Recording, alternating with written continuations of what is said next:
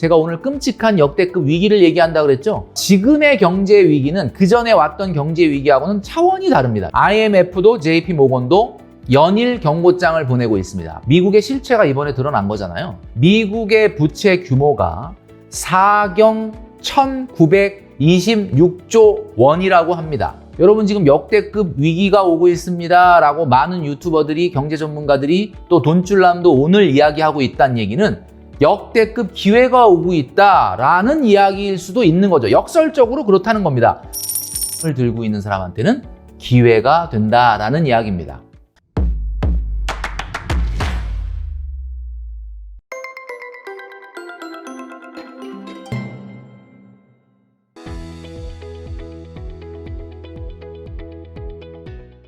네, 여러분 안녕하십니까? 돈으로 혼쭐 내는 남자 누구겠습니까? 돈줄남 김경필입니다. 자, 오늘 이 시간에는 역대급 경제 위기가 지금 몰려오고 있는데요. 우리가 잘 체감을 지금 못하고 있기 때문에 자, 과연 이런 위기를 우리는 어떻게 하면 기회로 바꿀 것인지, 그 경제 위기의 실체는 과연 무엇인지에 대해서 말씀드릴 테니까요. 영상 끝까지 시청해 주시면 좋겠습니다. 자, 오늘 영상을 시작하기 전에는 약간 좀 마음이 좀 무겁습니다. 평상시에 돈줄남은 굉장히 좀 경쾌하게 말씀을 드렸는데 사실 자본주의의 기회라는 게 어디서 올까요, 여러분? 자본주의의 기회는 무엇과 함께 찾아온다. 자, 이 안에 가로 안에 들어갈 말은 과연 무엇일까요? 여러분 한번 맞춰보시기 바랍니다. 바로 자본주의의 기회는 뭐와 함께 찾아온다. 바로 이겁니다. 위기입니다. 위기. 자, 우리가 위기라는 말을 매일 듣고 있다 보니까 이제 위기라는 말 자체가 좀 둔감해져가지고 지금 위기가 위기 같지가 않다 이런 느낌이 있는데, 여러분 진짜로 지금 끔찍하고 심각한 위기가, 정말 어떤 표현을 써도 정말 만족스럽지 않은 그런 역대급 위기가 오고 있습니다. 자, 이게 왜 그러느냐? 자, 여러분 시간이 지남에 따라서 어떤 것의 가치가 이렇게 조금씩 우상향한다고 생각을 해보겠습니다. 자, 이게 뭐 주식이든 부동산이든 또는 뭐 나의 몸값이든 뭐가 됐든 이 가치가 이렇게 시간이 지남에 따라서 계속 올라가게 되면은 가격은 어떻게 될까요? 네, 가격도 이렇게 올라가겠죠. 자, 그런데 가치가 올라간 대로 가격이 그대로 올라갑니까, 어디? 여러분들은 정말 몸값이 올라가고 능력이 올라갔는데 바로 뭐 연봉을 그냥 그 자리에서 올려주든가요? 그거 아니지 않습니까? 자산시장도 마찬가지예요. 가치가 이렇게 올라가도 가격이 이렇게 똑같이 올라가지 않습니다. 이 가격을 누르는 일이 생겨요. 이렇게 밑으로 꽉 누르는 일이 생깁니다. 이 누르는 일이 바로 위기죠, 위기. 이 위기가 오면 이 가치가, 이 정도의 가치가 있음에도 가격이 밑으로 쑥 빠지게 됩니다. 그러다가 또 그것을 기회 삼아서 누군가 그걸 사면서 기회 삼아서 가격이 또 올라갑니다. 이렇게 가격을 또 위로 치고 올라오는 게 있단 말이에요. 이게 또 하나의 기회가 되는 거죠. 그러다가 또 어떤 위기가 오게 되면 또 이 가격을 또 밑으로 찍어 내립니다. 그리고 또 다시 기회로 다시 올라가게 되죠. 자, 이런 것들이 시장에서 반복이 되기 때문에 우리가 자산시장에서는 위기가 바로 기회가 되는 거죠. 자, 잘 생각해 보십시오. 제가 오늘 끔찍한 역대급 위기를 얘기한다 그랬죠? 지금 돈줄남이 얘기하려는 게 뭡니까? 바로 위기를 얘기하려는 겁니까? 기회를 얘기하려는 겁니까? 위기를 통해 기회를 얘기하려고 하는 거죠. 자, 보시면 가치가 이렇게 올라가는데 가격은 어떻게 되죠? 이렇게 올라가는 거예요. 아까 제가 말씀드렸던 것처럼 이런 식으로 커브를 그리게 된다라는 겁니다. 그래서 뭔가의 힘에 의해서 가치보다 가격이 많이 떨어질 때가 있고 뭔가의 힘에 의해서 가치보다 가격을 밀어 올릴 때가 있는데, 자, 예를 들면 이게 바로 우리 마음속에 이 점선을 한번 잘 보십시오. 앞으로 이런 점선으로 가치가 올라갈 거다라는 것은 예상입니다. 예상. 꼭 그렇다는 게 아니에요. 점선은 뭐예요? 아직 이루어진 일이 아니에요. 그냥 그렇게 되지 않을까라는 예상이야. 그런데 지금 우리가 겪고 있는 경제 위기, 경기 침체, 제가 좀 이따 설명드릴 이 역대급의 위기가 오게 되면 이 점선이 어떻게 될까요? 점선이 이렇게 바뀝니다. 한마디로 말해서 꺾인다는 거죠.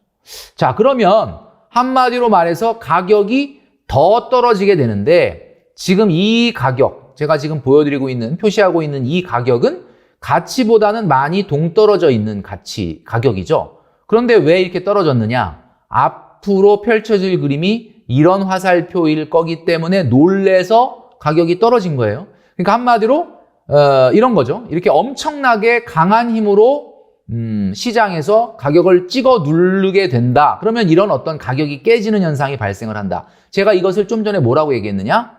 위기라고 얘기했죠. 근데 이런 말을 다른 말로 뭐라고 얘기한다고요? 이게 기회일 수 있다라는 얘기죠. 그러니 그 얘기는 무슨 얘기입니까?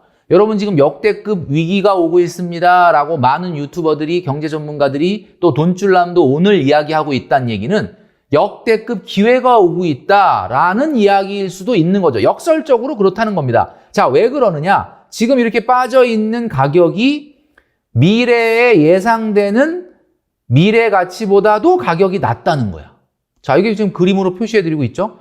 현재 가격이 엄청나게 빠졌는데 위기로 인해서 미래 가치보다도 현저하게 낮다면 이것이 위기냐 기회냐라고 본다면 현금을 들고 있는 사람한테는 기회가 된다라는 이야기입니다. 자, 누구한테는 위기죠? 이 자산을 들고 있는 사람한테는 위기인 거예요. 왜냐하면 자산 가격이 떨어지니까. 자, 부동산을 들고 있다, 또 주식을 들고 있다, 이런 사람들 같은 경우는 이렇게 엄청나게 가격을 찍어 누르는데 밤잠이 제대로 오겠습니까? 안 오죠. 자, 그런데 여러분들은 이 자산을 갖고 있지 않고 시장을 보고만 있다. 그렇다면 이것은 위기가 아니라 기회일 수 있다라는 이야기죠. 자, 그렇다면 이런 엄청난 자산 시장의 위기가 여러분들에게 기회가 될 수 있으려면 돈줄남이 그동안에 계속 강조했던 게 뭡니까? 좌고우면하지 말고 무조건 실탄을, 현금을 열심히 모아라 라고 말씀드렸는데, 자, 이제 이 현금이 빛을 발할 때가 오고 있는 거죠. 자, 지금 왔다라는 이야기는 아니지만 이제 서서히 다가오고 있게 되는데, 자, 여러분, 미국의 경기 침체와 디폴트 위험에 대한 보도를 여러분들이 요즘 최근에 많이 보고 계실 겁니다. 자, 디폴트라는 말 굉장히 많이 들었는데, 아니, 설마 미국이 이럴 줄은 정말 몰랐죠. IMF도 JP 모건도 연일 경고장을 보내고 있습니다. 빨리 미국 의회와 바이든 대통령이 나서서 이걸 해결하지 않으면 다음 달 초에 이 실제로 디폴트의 위험이 나타날 수 있다라는 얘기인데, 디폴트라는 게 미국 정부가 갖고 있는 채무를 더 이상 갚을 수 없게 되는 채무 불이행의 사태가 발생을 한다. 자, 이렇게 되면 미국 국채를 보유한 나라는 어떻게 될까요? 한번 상상을 해보겠습니다, 여러분. 미국 국채는 가장 안전한 자산으로 여겨졌었는데 미국이 나 못 갚어, 그리고 국채 발행한 거에 대한 원금과 이자를 못 줘라고 만세를 부르게 되면 가장 문제가 될 국가는 어디냐? 뭐 여러 국가가 있겠지만 일본이라고 생각을 합니다. 왜냐하면 지금 일본이 가장 많은 미국 국채를 보유하고 있거든요. 미국 국채를 보유하고 있는 나라 중에 일본 정부가 아니고 민간이 미국 국채를 굉장히 많이 가지고 있어요. 물론 중국도 그렇겠지만. 자, 그래서 지금의 경제 위기는 그전에 왔던 경제 위기하고는 차원이 다릅니다. 여러분, 굉장히 차원이 달라요. 미국이 이렇게 빚이 많아진 이유는 뭘까? 자, 지금 여러분들에게 보여드리는 그 그래프를 한번 보시면요. 미국의 부채 규모가 4경 1926조 원이라고 합니다. 자, 야, 이게 숫자가 여러분, 이 경이라는 숫자 들어보신 적 있습니까?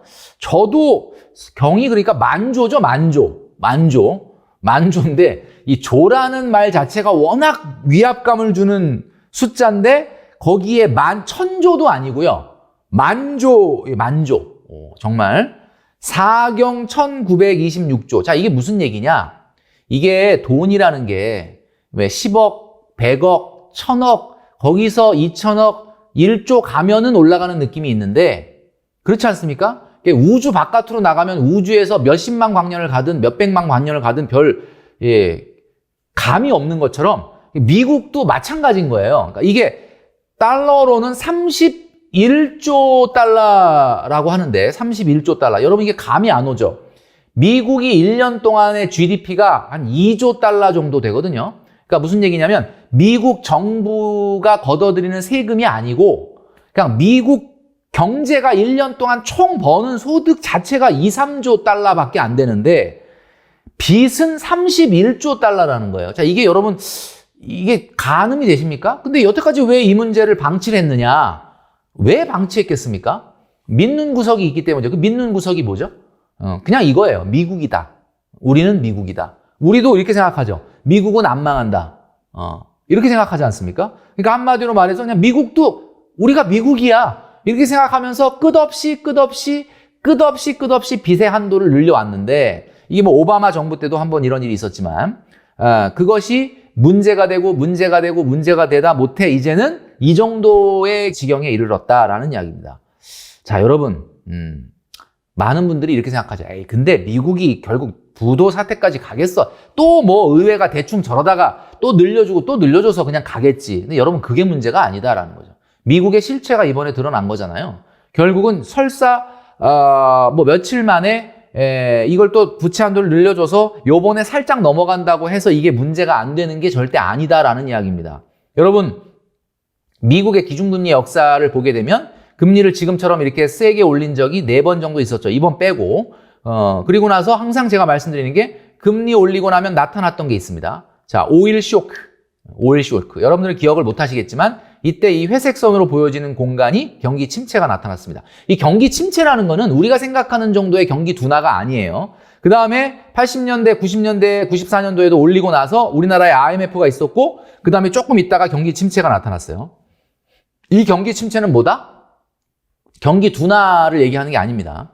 그 다음에 2000년대 초반에 2004년도에 금리 올리고 나서 미국의 금융위기가 있었는데 이때는 여러분 이 회색의 그래프를 한번 보십시오. 회색의 그래프가 경기 침체 구간이 굉장히 길었습니다.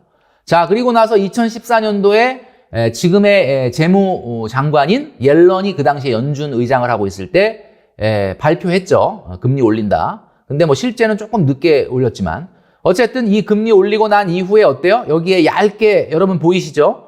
경기 침체가 나타났습니다. 자, 그럼 무슨 얘기냐? 여러분 한번 잘 보세요. 이거 공식 아닙니까? 공식. 금리 올리면 경기 침체. 공식이에요, 공식.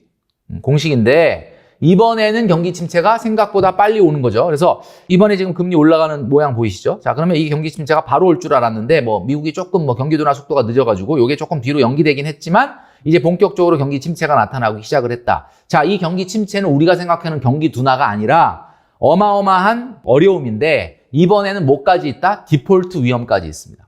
이게 여러분 얼마나 대단한 거냐. 지금 여러분들이 우리는 잘 못 느끼는데 미국 경제 위기의 실체가 뭐냐. 최근에 여러분 뉴스를 통해서 보셨지만 은행들이 파산을 했죠. 아니 은행이 망할 수가 있나? 이런 생각을 했는데 여러분 아시겠지만 실리콘밸리 은행이라든지 그 다음에 시그니처 은행, 뉴욕에 있는 시그니처 뱅크라든지 그 다음에 퍼스트 리퍼블릭 뱅크. 자, 이런 은행들이 지금 파산을 했는데 여러분 이게 언뜻 이해는 안 되죠. 뱅크런이 생겨서 파산했다라고 하는데 아니 미국 사람들이 뭐 미국에서 뭐 그렇게 불안한 일이 있다고 왜 가갖고 달러를 그렇게 찾았을까 생각을 하는데 여러분 한번 잘 생각해 보시면 지난번에도 한번 제가 말씀드린 적이 있지만 미국이 금리를 급격하게 올리게 되면 은행들은 우리나라는 은행들이 돈을 여러분들한테 예적금을 받으면 뭐 한다 그랬죠? 담보대출, 신용대출 하잖아요. 근데 여러분들이 돈 떼먹어요, 안 떼먹어요? 안 떼먹지. 그러니까 우리나라 은행들은 나름대로 탄탄해요. 근데 문제는 미국은 예금을 받으면 어디에 쓰느냐면 국채를 산단 말이에요, 국채. 미국 정부의 국채를 산단 말이에요. 사실은 국채를 산다는 표현보다는 솔직히 말씀드리면 사주는 거지, 사실은. 왜냐하면 연준이 정부기관이 아니잖아요. 사실 이게 민간은행이 대주주로 되어 있기 때문에 연준이. 솔직히 말씀드리면, 이런 말씀드리면 그렇지만 사실 사주는 거지. 국채를 사준단 말이에요. 엄청나게 많은 국채를 사서 보유하고 있는데 하루아침에 금리가 올라가니까 이 국채 가격이 말 그대로 반토막이 난 겁니다. 그러니까 자산 가격이 하루아침에 반토막이 났는데 여기에 달러를 맡긴, 현금을 맡긴 미국 국민들이 불안하지 않겠습니까? 그죠? 그러니까 결국 뱅크런이 생겼어요. 자, 그런데 여기에 한 가지 더 문제가 생긴 게 최근에 나온 상업용 부동산의 문제입니다. 여러분 지금 혹시 이 돈줄남을 재택근무 하시면서 중간에 쉬는 시간에 짬짬이 보신다는 분이 많던데 제가 봤을 땐 재택근무 아직도 하고 계신다면 여러분들 혹시 코로나가 끝나고 나서도 재택근무 한다는 생각해 보신 적 없습니까? 많은 대한민국의 기업들이 코로나 시기에 재택근무를 시켜보니까 생산성에 별 차이가 없는 거야. 그러니까 이 강남의 서울의 광역시에 엄청나게 비싼 오피스 이 임대료를 왜 부담을 하냐. 그래서 많은 회사들이 지금 머릿속에 생각하고 있는 게 순환근무를 시키는 한이 있더라도 오피스 공간을 줄이자라고 이야기하고 있다는데 이게 지금 미국이 먼저 오고 있습니다. 미국은요, 지금 다음에 이 위기의 내관이 뭐냐면 상업용 부동산인데 6일 월스트리트 저널에 따르면요, 미국 서부 샌프란시스코의 22층 건물이 2019년도에는 약 3억 달러, 그러니까 우리나라 돈으로 4천억 원의 가치가 있었는데 이게 무려 80%의 가치가 지금 하락했다. 그리고 뉴욕이라든지 샌프란시스코 같은 이런 어떤 상업시설 빌딩들이 밀집해 있는 곳에 부동산, 상업용 부동산, 그러니까 우리가 흔히 알고 있는 오피스가 가격이 지금 절반 이하로 떨어지고 있다라는 이야기입니다. 이게 무슨 이야기겠어요? 이게 그러면 뭐 그냥 임대업 하던 건물주들 힘들겠구나의 문제가 아니라 미국의 은행들이 어떻게 되겠습니까? 미국의 은행들은 돈 벌면 국채를 사든지 바로 이 상업용 오피스에 대출을 해줬단 말이에요. 그런데 이제 상업용 오피스도 뭐 어떻게 되는 거죠? 가격이 채권이 회수될 가능성이 지금 적고 그 다음에 국채도 가격이 반토막 나고 이게 한마디로 말하면 지금 뱅크런이 수면 위로 올라오다가 조금 진정되는 것 같지만 이게 만약에 미국 정부가 디폴트에 근접하게 된다 그러면 또다시 뱅크런이 생기지 말라는 법이 없겠죠. 여러분, 지금 우리가 겪는 위험이라는 게 여태까지 경험했던 IMF니 금융위기니 그 전에 있었던 오일 쇼크니 석유 파동이니 뭐 이런 어떤 것들의 문제가 아니라 정말 어마어마한 문제, 미국이 정말 골병이 들어도 단단히 든 문제로 발생을 한 문제다 보니 미국 경제와 사실은 굉장히 강력하게 링크가 돼 있는 우리나라 경제가 상당히 걱정이 된다라는 이야기입니다. 그래서 결국은 역대급 위기라는 것은 그냥 모르고 있다 보면 역대급 가난으로 갈 수도 있다라는 이야기입니다. 거꾸로 가난하지만 역대급 위기를 잘 기회로 삼으면 우리가 부자로 갈 수 있는 발판을 만들 수도 있겠죠. 이런 상황 속에 미국 주식을 사거나 한국 주식이나 또는 무슨 코인이나 이런 투자 자산에 상당히 의미 있는 투자를 한다는 것 자체가 굉장히 어려워진 상황이다. 그렇다 그래서 갑자기 달러를 보유하라라고 하기도 굉장히 어려워요. 왜냐하면 지금 미국의 경제가 어떻게 될지 지금 6월 초가 되면 정말 역대급 위기가 올 수도 있기 때문에 그렇죠. 그렇다고 원화를 보유해라. 이것도 참 근데 딱히 방법이 없습니다. 이걸 다 팔고 뭐 금괴를 살 수도 없는 노릇이고. 자, 여러분, 당분간은 몸을 낮추고요. 우리가 이 위기가 어떻게 정말 흘러가게 될지를 잘 지켜봐야만 아까 제가 영상 서두에 말씀드렸던 뭡니까? 이 위기가 우리한테 기회가 될 수 있을지 없을지를 알 수 있을 것이다 라는 이야기입니다. 당분간은 말이죠. 정말 몸을 낮추고 정말 이 위기가 어떻게 어디로 확장될 것인지를 잘 지켜보면서 몸을 좀 사려야 되지 않을까. 돈을 좀 사려야 되지 않을까라는 생각을 하게 됩니다. 자, 위기를 기회로 만들기 위해서 여러분 오늘도 돈줄남과 함께 이 위기를 극복하기 위해서 노력하시는 여러분 되시기를 바라겠습니다.